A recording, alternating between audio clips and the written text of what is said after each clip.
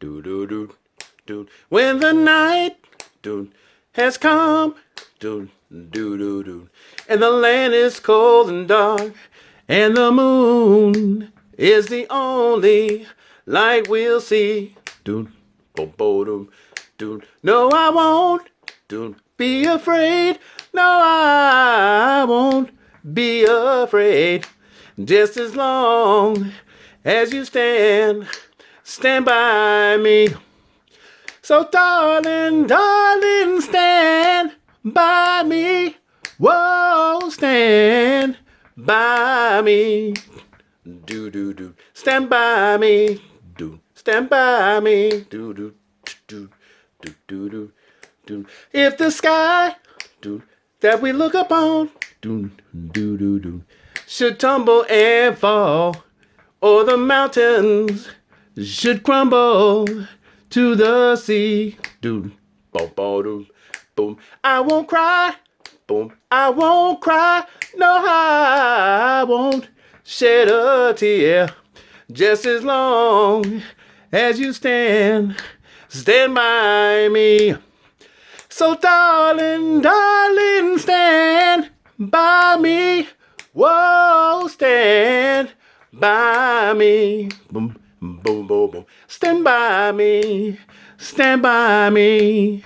Stand by me. Hey guys, Silver 5150 here with an unboxing of epic proportions. Okay? I've been talking about this thing for 2 weeks now. This is the single coin unboxing.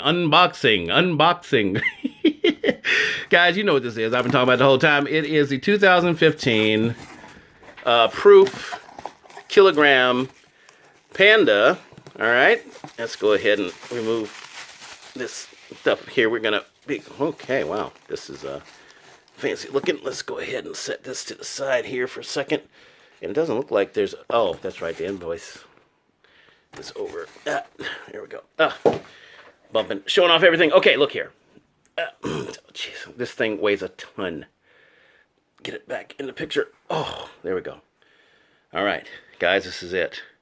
This is one of the holy grails of kilogram coins. All right, despite all the jumbling around earlier, we're going to disregard that. The emperor has no clothes on. We know this. All right, 2015. Did you hear that? Ooh, certificate of authenticity. All right, let's take a look at this. So this is certificate of authenticity for 2015 Chinese Panda coin. I am so excited. I'm shaking. Forgive the shaking. Let's take a quick look inside. Get the phone. Okay. All right. So there we got Chinese writing. Don't know what it says. Certificate of authenticity. Panda coin. There's all of the stuff. How big it is. Proof finish. 999 fine pure. 1 kilogram. 301. Okay, the mintage. I wasn't sure about the mintage, so they make 20,000 of these. That's a lot of silver when you think about it. That's 300,000 ounces because these things are 32.15 ounces. So anyway, that is from the People's Bank of China, from Zhao Jiangchuan, the governor of the People's Bank of China. Okay, enough of that crap. Look here, man. This is a coin I've been wanting since I started stacking, and I actually want 2 of them. Hang on. All right, let's get this box. What's that down there? It looks like some fuzz. Okay. So you got this thing where you can pull it out. All right, you know what? We're going to go ahead and put that to the side. Ah, yes. Let's spend some time with this coin, man. All right? So look here. You got 2015 Chinese Kilo Proof Panda. All right? And look at the capsule it comes in. The People's Bank of China, yes, they made 20,000 of these, but they really went all out making this capsule. Super heavy duty. I doubt if you could drop this thing because it feels like it weighs a ton. And get this to, yeah, get damaged. But this capsule is just completely nuts. I love it. 2015. There is the prayer temple, like the Chinese always have. And there is a reflection showing my face. Because like Silver Dragon says, I really got to start showing more of my face in these videos. Guy kills me. Okay, look. This is 2015 design. This is the panda eating some bamboo. All right. It's a very basic design. But why is 2015 so important? for Chinese pandas. Is that because that was the last year they went from using, I think, standard denomination for weights and went to the metric system. And so I think for that reason, this coin is going to be significant. I think for the reason that it is, a proof and a kilo, which means they're limited in mintage. I don't know what the mintage is on like regular Panda coins, but I can tell you, man, yeah, I am very, very happy to have this. And I would love to have another one, but guys, I'm gonna tell you, this thing right here, it ran me, I thought it actually cost me about $960, but I got the invoice from JM Bullion and it was $921. And it was the last one they had. And if you guys remember, they were like, oh no, even though it had shipped to Vegas already, like, oh no, we don't have it, and we don't know if we'll ever get it because of COVID-19. So would you like a proof kookaburra instead? No, I'll wait. I told them when I wrote back the email, I said, no thanks, I'll wait. And I just said, let's see what happens. Now, if they had came to me with some deal and says, well, we'll give you a mini monster box of the half-ounce polar bears from the Royal Canadian Mint, I'd be like, okay. Because, that's 120 ounces of silver. And speaking of which, one of the subscribers today hit me up a while ago and says, hey, man, that was a pretty good deal at Amex this morning. I bought 2 boxes. Guys, this guy bought damn near a half of real monster box of Royal Canadian Mint half-ounce polar bears. He bought 2 of those mini monster boxes. I had the one on the show. He got 2 of them. So, hats off and congrats, man, for what I'm going to call the snag of the week. Because those things at $10.56 a piece, which I think that's what the price was by the time the spot started moving, that you can't beat that. That's just over $21 an ounce for Royal Canadian Mint. 2 strikes, by the way, because it's half ounce per. 2 strikes in an ounce, and 4.9's fine. Sovereign silver in a mini monster box. Oh my gosh. All the boxes are checked. You can't beat that unless, you go Royal Canadian Mint 10-ounce bars, which are my favorite. Anyway, let's turn this thing over again real quick before we get off into our little tangent and just take a look at how awesome that is. And look at the detail. You can really see the detail now once you get into the kilogram coin. Now, of course, the capsule's not the best. It's been inside that case there. But the thing is, it just, it doesn't really matter because underneath is a pristine coin because the daggone capsule is like a 1/4 inch thick. Guys, this is the thickest capsule I've ever seen. I know it's got the borders and stuff on it, but it's just everything about it is perfectly ornate. Let's just go ahead and drag the box back over here. Take a look at that. So we got the box there, and you can see inside it's a velvety sheen and everything. It's got the symbol there for, I think, the People's Bank of China, or maybe it's just jewelry. What does that say right there? China Gold Coin Incorporation. Who knew? Okay, so this thing has officialism all over it. Hear that, Silver Game of Thrones? Everything's official, including the certificate of authenticity. Got that. So go ahead and put that back in the box. There. All right, guys, what do we want to talk about today? All right, so this right here, this kind of stacking that I'm doing right now, this is stacking that I started doing because I'm going to be honest with you, I started getting bored with the weight stacking. I was so good at it, and I was so able to manipulate the housing market and the credit system, without getting myself in trouble to where I scored so much, just basic secondary market, random. And usually secondary market rounds are not random. They're random, but they're not old. Secondary market coins, a lot of times, will be like the house coin or whatever establishment we go to, like JM Bullion. I did secondary market, any quantity, random rounds. And I got a bunch of eagle eyes. And their eagle eyes are awesome from JM Bullion if you haven't had them. A lot of detail, nice picture of the eagle and stuff, then JM emblem on the back. Brand new. These things were so new, they were the secondary market, right? You pick 3 or 4 of them out of a tube, and the whole daggone stack sucks up because they're minted so well. Great coins and stuff. But anyway, took advantage of a lot of those. Took advantage of really low price RCM stuff that kept going on sale at JM Bullion over the last 2-3 years. Not JM Bullion. I'm sorry, Provident. Provident had a lot of, Royal Canadian Mint 1 ounces were the Supermans, You're the Dogs, the Wildlife Series 1 ounces, all these things, we were getting them for around $16, $17 and spot price was in the 14s. That's when I blew up my credit cards, and that's when I got like these, debt consolidation loans because I knew that this time wasn't ever going to come again. So I got to the point where, I'm sitting there, I'll be honest with you, I'm probably, close to 6,000 ounces. And I'm thinking, oh gosh, man, I've killed it. But, and then the price went down to 14 again. So I blew up my credit cards again, got another debt consolidation loan, house sold, took that money, rolled it into silver. Now I'm up to 12,000 ounces. It's been frantic. Now I know that sounds like I'm gloating and it sounds like, but no, it's very, very harrowing. It's been very rough for me, but it's just something I've been able to do. But, at that point there, I went, well, there's really no point in stacking anymore. I got half a ton of silver. I don't need to do anything else. I'm done. But then, something else happened. I can't remember what it was. I guess I'd gone to the depository and I saw I had space in my vault here at home. And I went, okay, well, I've got extra money. I could pay more bills, but, I got a good job, which, I'm going to tell you that's something else too. We're going to talk about why planning ahead is important. But back when I decided to go after a federal job, I had known in my previous career that was going to be something that had some longevity. Now, Robert Kiyosaki will be the first one to tell you that if you work for the government, you're not going to get rich. You're not. And I get that. And I knew that. But I did want job security. I just want something that was going to last. Now, is the government secure because it's run well? No. Is it secure because it's solvent? Hell no. The federal government for the United States is not solvent in the least. They're barely hanging on just because of the world reserve currency, the dollar. But as an entity, nothing is better at staying alive and surviving than the federal government of the United States. I can tell you, man, they're good at it. So I decided to throw in with them. And it's worked really well since then. Working for the federal government of the United States, it helps me stay solvent, helps me stay employed. Keep the money coming in, keep working, keep the money coming in so I can pay these ridiculous bills that would scare anybody poopless. I'm doing it.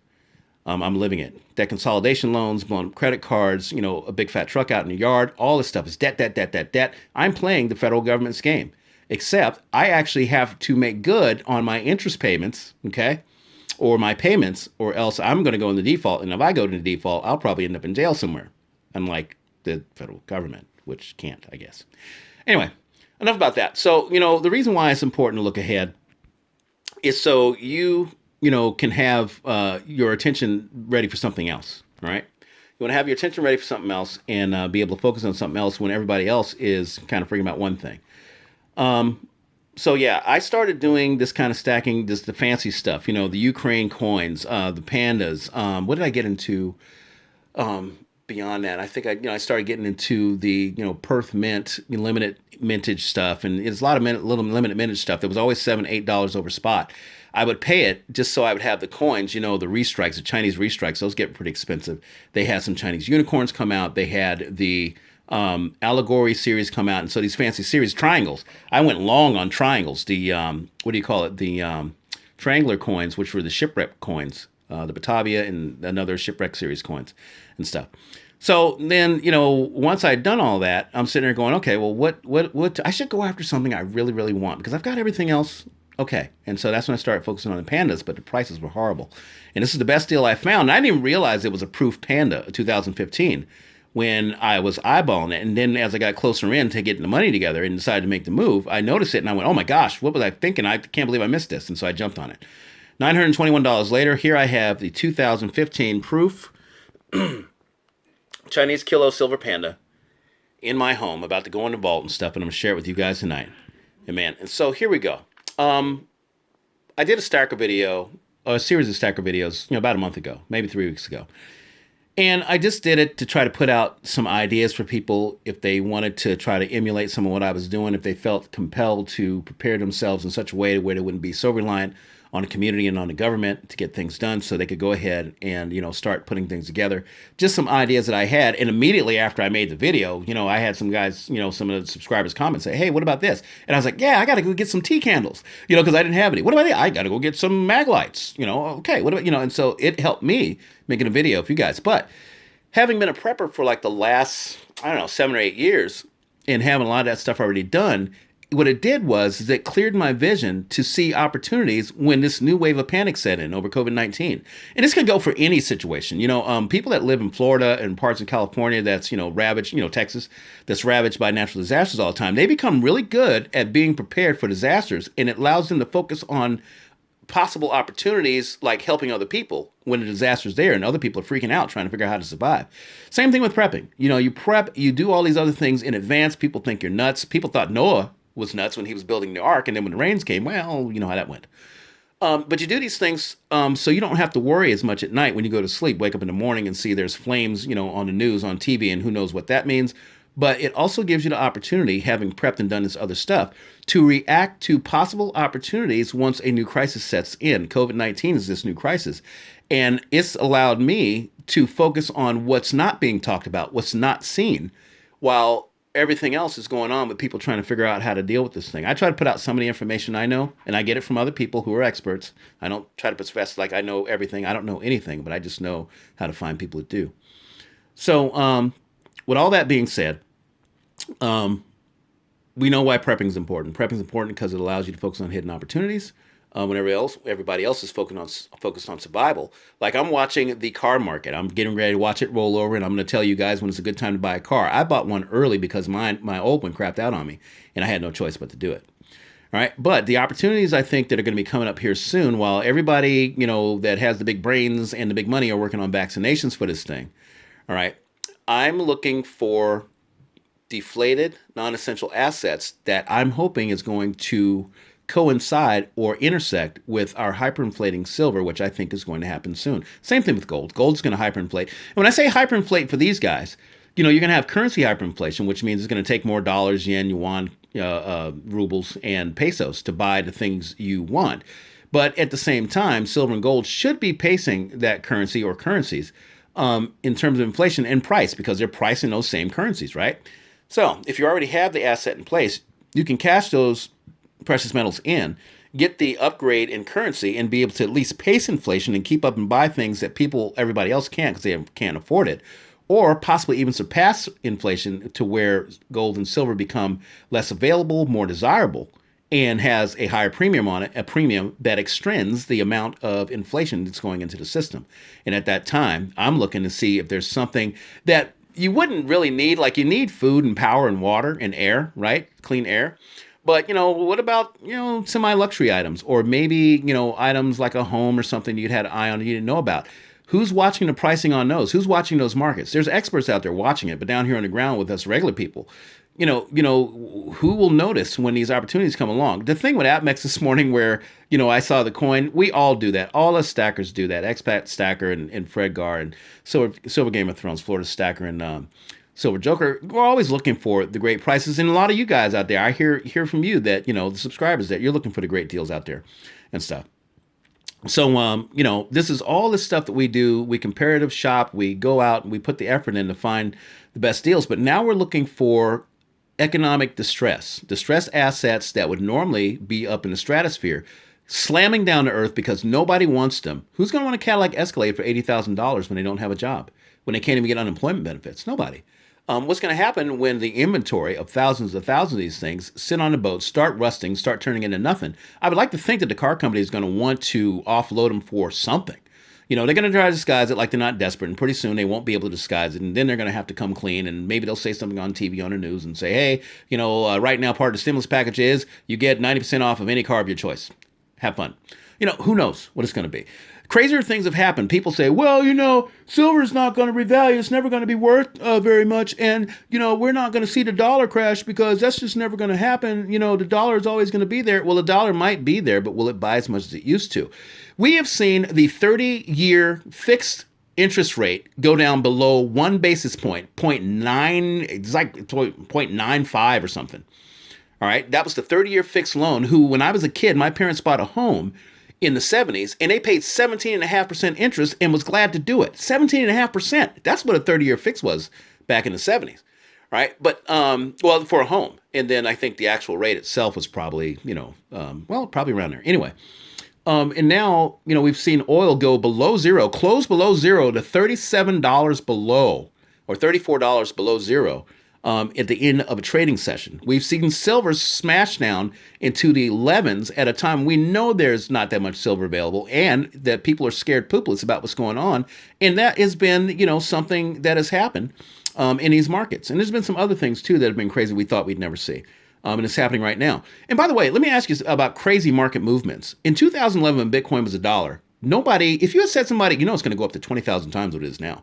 You did have the Bitcoin bulls out there that were saying, man, it could go to 1 million. And so, you give them credit. but nobody knew how it was going to actually happen, and nobody knew what it would look like when it happened, but it did. And literally like 5 or 6 years in 2017 or 18, I think, beginning 2018, Bitcoin went over up to almost $20,000. I think it was like 19,939 or something. All right, $20,000, and immediately came back down. And there was a lot of speculation going on. In fact, the government was involved with it, I think, and stuff. But still, Bitcoin settled around $9,000, which is 9,000 times its valuation from 2011 in 9 years.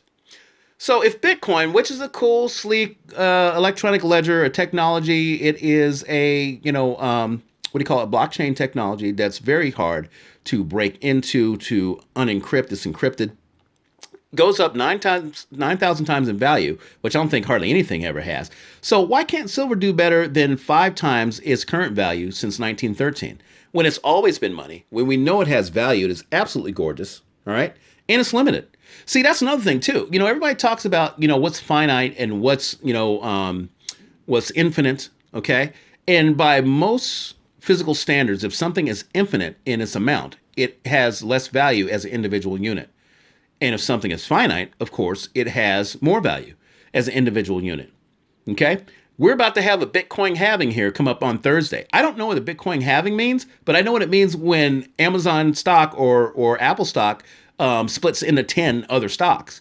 That means that they're going to make more of them, so more people can buy them at a more affordable price, and then maybe those stocks will go up. But the bottom line is that you're increasing the actual amount of units in that particular medium. And I think that makes them worth less. Now, if a hyperinflated dollar market says that they're worth more, well, there's really not much you can do about that. But why would something physical and more limited get passed over during that time unless somebody was trying to do it? We talked about COMEX contracts. We talked about derivatives. Somebody, a subscriber today, straightened me out about what that actually means. I can't use his terminology right now and try to make sense of it. But trust me when I tell you that real physical silver is diluted to no end. To no end. Right now, precious metals have I think probably a $5 trillion market. All right. And $4.3 trillion of that is facsimile, fake, phony derivatives paper that is traded as if it's a physical item. And so my question is this. If silver and gold are already rare, and they are, I don't care what anybody tries to argue, what happens when the paper market burns to dust because the underlying physical asset is no longer available? And I'm talking at the COMEX. I'm not talking about just the retailers. All right. It's going to cause a serious revaluation in the metal, and that's what we're waiting for. I think it's closer than people realize. It's happening in the gold market right now. They've had problems at the LBMA getting gold over to the United States for people who want to take delivery. And I'm telling you, when fat cats decide they want gold, they don't want a Kilo Panda. They want 400-ounce good delivery bars, and they want a lot of them, and they want them now. Okay, and so they're doing their part in that market. We're doing our part here in the silver market, physical silver market, taking the stuff off the shelves. And we're not taking it off the shelves for the sake of taking it off the shelves. We're taking it off shelves because we like it. It's gorgeous. And it is a store of wealth, a store of value. It is insurance. And like I used to say in the past, it is a hungry little gremlin. Ooh, yeah. Silver is a hungry little gremlin. It turns into a monster when you feed it inflation. Silver loves inflation, and it should have the right to feed on inflation that was made to feed on, but the Federal Reserve and the Treasury will not let it because they know the instant that it does, people will prefer it over paper dollars for money. All right.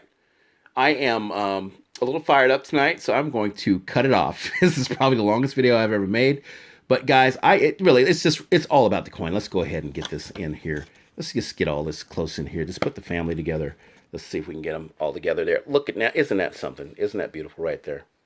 Yes, this is the 2015 kilogram proof Panda. I've never owned a proof kilogram anything. Kilo. And this is it, man. This is the monster.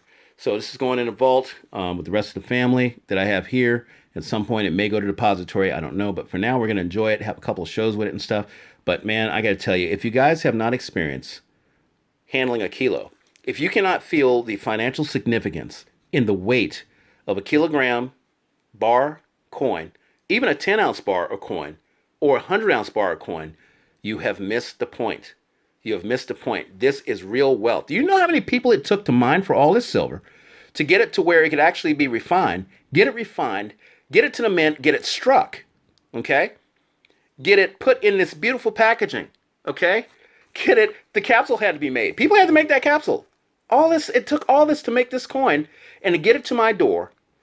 2.5 pounds of fine silver in a proof finish for just over $900 in today's dollars. I'm sorry. That just, it is a mockery of the system. It is a mockery of fair value for silver. All right. I'm going to go ahead and cut it off because, ooh, man, like I said, fired up. But thank you guys for tuning in. Place your comments below, please. Like, share, subscribe, if you will. And God, guys, I'm so happy that you're stacking your asses off. Continue stacking. I'm going to stack with you. I told Silver Game of Thrones today that I was kind of tired of stacking because I felt like stacked enough or stacked too much or there wasn't nothing else to stack. But you guys got me fired up. You got me fired up. And when Silver 5150 gets fired up, you better watch it back because I'm coming for the products, man. I'm coming to clear the shelves of silver, and I'm coming back for more. So, all right. Thank you guys for joining me tonight. Have a great night. I will see you in the morning with a morning update. I hope there's fireworks. Fireworks. And we'll see you then.